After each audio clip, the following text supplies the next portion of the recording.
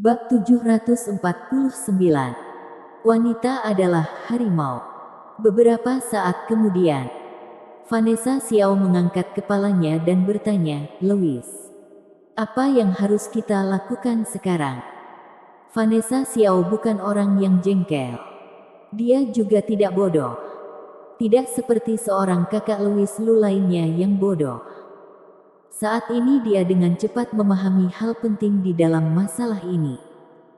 Di perjalanan ke Xinjiang Selatan, dia sudah memahami kondisi klan Gu dari Sena Miao, termasuk kutukannya.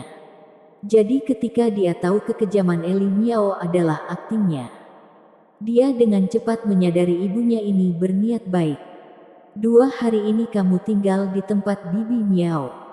Jangan menunjukkan diri. Dan juga jangan bertemu dengan ibu kita. Aku akan mencari cara untuk mengatasinya. Eli Miao sedang ingin mengusik Louis Lu pergi. Jika dia tahu Louis Lu ternyata memberitahu niatnya pada Vanessa Xiao, mungkin dia akan menyembelih Louis Lu. Eli Miao bersikap kejam tujuannya agar Vanessa Xiao tidak rindu. Namun setelah Louis Lu berkata seperti itu, bagaimana mungkin Vanessa Xiao pergi begitu saja? Klan ini telah terkena kutukan. Jika ingin memecahkan kutukannya, maka harus memahami jelas kutukan ini dahulu. Hingga saat ini, sumber satu-satunya adalah Tuan Yu. Mereka hanya dapat mencari jawaban darinya saja. Aku percaya padamu. Vanessa Xiao mengganggak. Namun dengan cepat wajahnya menjadi merah. Dan berkata, siapa bilang dia ibu kita? Tidak tahu malu.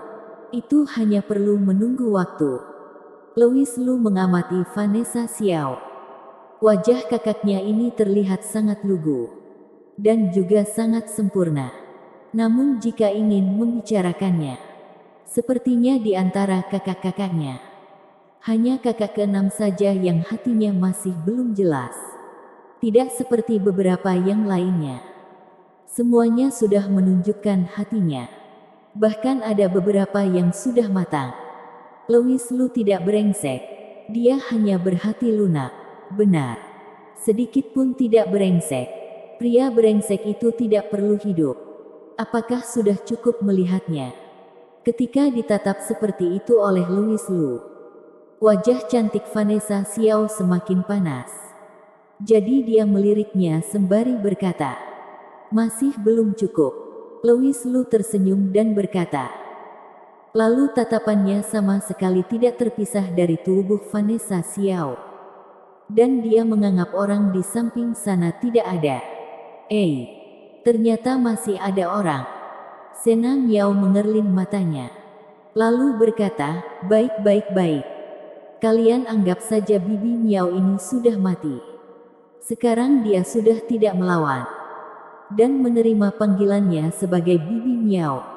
Louis, setelah masalah selesai, bisakah kamu mengajari aku kultivasi setelah pulang? Vanessa Xiao berkata dengan serius. Sebelumnya, dia tidak memiliki rasa tertarik pada kultivasi. Namun setelah datang ke Xinjiang Selatan, Vanessa Xiao sadar dirinya tidak berguna. Dan setelah memikirkan alasannya, ternyata semua itu karena dia hanya manusia biasa. Sama sekali tidak melakukan latihan kultivasi. Jika menjadi kultivator, bukankah dirinya bisa sedikit membantu? Meskipun tidak bisa membantu, maka bukankah dirinya bisa ikut serta dalam masalah? Dan tidak seperti sekarang hanya menunggu Louis membantunya menyelesaikan masalah. Louis Lu merasa senang dan berkata, aku sudah lama menunggu ucapan ini. Dia harus membiarkan kakak keenam juga merasakan latihan tambahan. Tidak tahu di saat itu, dia akan bersikap lugu atau bersikap dewasa. Memikirkannya saja menarik. Vanessa Xiao sepertinya sudah menyadari pikiran Louis Lu. Lalu mengumpat, kamu tidak perlu memikirkannya. Memikirkannya saja tidak boleh. Tidak. Vanessa Xiao bersikeras. Namun dia tidak tahu sikapnya ini justru membuat Louis Lu semakin tertarik. Wanita itu seperti harimau. Namun Louis Lu yang tahu ada harimau di atas gunung. Dia justru akan pergi ke gunung tersebut.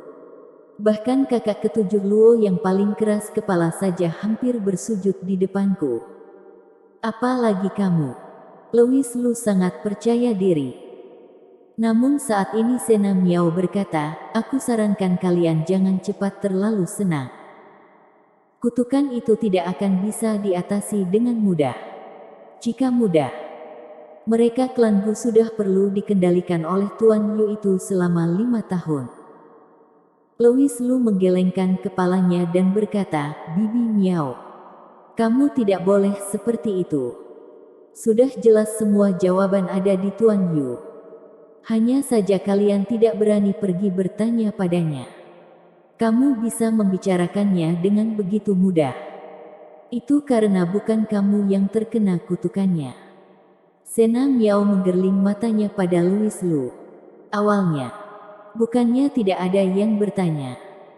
Namun orang yang bertanya itu langsung dibunuh oleh Tuan Yu. Dan sejak saat itu semua orang mengetahui kemampuan dari Tuan Yu.